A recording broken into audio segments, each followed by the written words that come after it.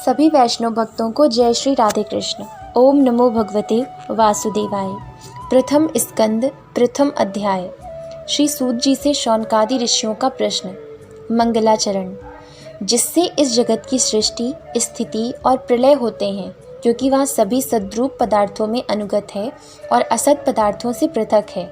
जड़ नहीं चेतन है, परतंत्र नहीं स्वयं प्रकाश है।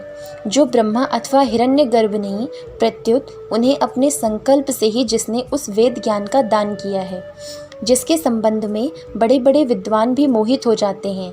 जैसे तेजों में सूर्य रश्मियों में जल का, जल में स्थल का और स्थल में जल का भ्रम होता है, वैसे ही जिसमें यह त्रिगुणमयी जागृत स्वप्न सुषुप्ति रूपा सृष्टि मिथ्या होने पर भी अधिष्ठान सत्ता से सत्यवत प्रतीत हो रही है, उस अपनी स्वयं प्रकाश ज्योति से सर्वदा और सर्वथा माया और माया कार्य से पूर्णता मुक्त रहने वाले परम सत्य रूप परमात्मा का हम ध्यान करते हैं।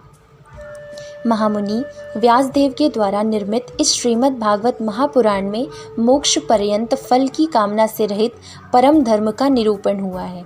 इसमें शुद्धांतःकरण सत्पुरुषों के जानने योग्य उस वास्तविक वस्तु परमात्मा का निरूपण हुआ है, जो तीनों तापों का जड़ से नाश करने वाली और परम कल्याण देने वाली है। अब और किसी साधन या शास्त्र से क्या प्रयोजन। जिस समय वे सुकृति पुरुष इसके श्रवण की इच्छा करते हैं, ईश्वर उसी समय अविलंब उनके हृदय में आकर बंदी बन जाता है। रस के मर्मज्ञ भक्तजन, यह श्रीमद् भागवत वेद रूप कल्पवृक्ष का पका हुआ फल है। श्री सुखदेव रूप तोते के मुख का संबंध हो जाने से यह परमानंदमयी सुधा से परिपूर्ण हो गया है। इस फल में छिलका, गुठली आदि त्याज्य अंश तनिक भी नहीं है। यह मूर्तिमान रस है। जब तक शरीर में चेतना रहे, तब तक इस दिव्य भगवत रस का निरंतर बार बार पान करते रहना यह पृथ्वी पर ही सुलभ है। कथा प्रारंभ। एक बार भगवान विष्णु और देवताओं के परम पुण्यमय क्षेत्र नैमिषारण्य में शौनकादि ऋषियों ने भगवत प्राप्ति की इच्छा से सहस्त्र वर्षों में पूरे होने वाले एक महान यज्ञ का अनुष्ठान किया।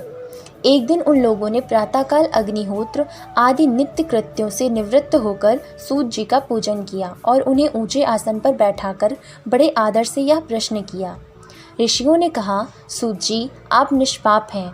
आपने समस्त इतिहास, पुराण और धर्मशास्त्रों का विधिपूर्वक अध्ययन किया है और उनकी भली भांति व्याख्या भी की है।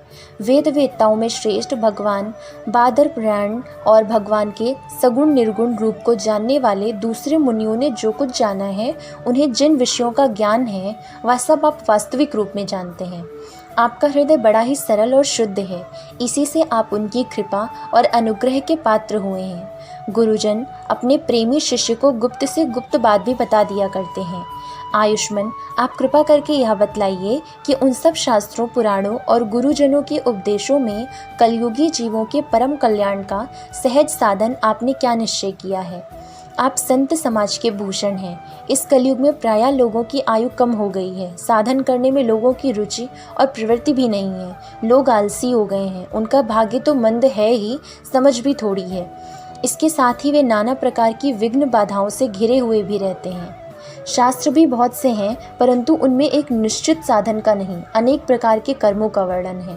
साथ ही वे इतने बड़े हैं कि उनका एक अंश सुनना भी कठिन है। आप परोपकारी हैं। अपनी बुद्धि से उनका सार निकालकर प्राणियों के परम कल्याण के लिए हम श्रद्धालुओं को सुनाइए, जिससे हमारे अंतःकरण की शुद्धि प्राप्त हो। प्यारे सूत जी, आपका कल्याण हो। आप तो जानते ही हैं कि यह यदुवंशियों के रक्षक भक्त वत्सल भगवान श्री कृष्ण वासुदेव की धर्मपत्नी देवकी के गर्भ से क्या करने की इच्छा से अवतीर्ण हुए थे। हम उसे सुनना चाहते हैं। आप कृपा करके हमारे लिए उसका वर्णन कीजिए, क्योंकि भगवान का अवतार जीवों के परम कल्याण है और उनकी भगवत प्रेममयी समृद्धि के लिए ही होता है। यह जीव जन्म मृत्यु के घोर चक्कर में पड़ा हुआ है। इस स्थिति में भी यदि वह कभी भगवान के मंगलमय नाम का उच्चारण कर ले, तो उसी क्षण उससे मुक्त हो जाए, क्योंकि स्वयं भय भी भगवान से डरता रहता है। सूत जी, परम विरक्त और परम शांत मुनिजन भगवान के श्री चरणों की शरण में ही रहते हैं। अतएव उनके स्पर्श मात्र से संसार के जीव तुरंत पवित्र हो जाते हैं। इधर गंगा जी के जल का बहुत दिनों तक सेवन किया जाए, तब कहीं पवित्रता प्राप्त होती है। ऐसे पुण्यात्मा भक्त जिनकी लीलाओं का गान करते रहते हैं, उन भगवान का कलिमलहारी पवित्र यश भला आत्मशुद्धि की इच्छा वाला ऐसा कौन मनुष्य होगा जो श्रवण ना करे। वे लीला से ही अवतार धारण करते हैं। नारदादि महात्माओं ने उनके उदार कर्मों का गान किया है।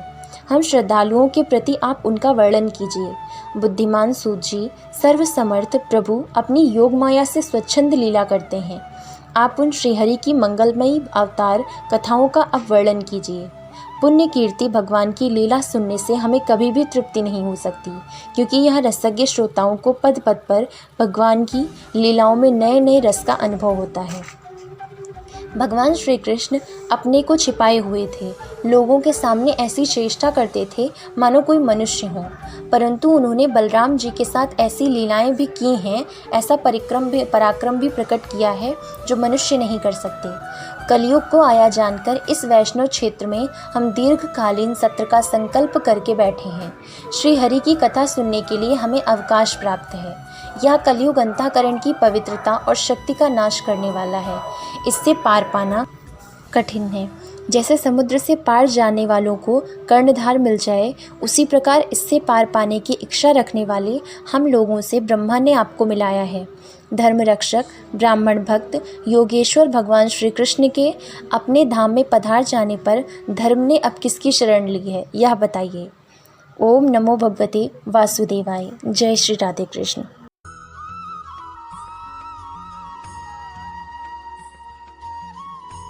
Like and subscribe the Kanha's Introvert Yogini and stay tuned for the next videos. Jai Shri Radhe Krishna.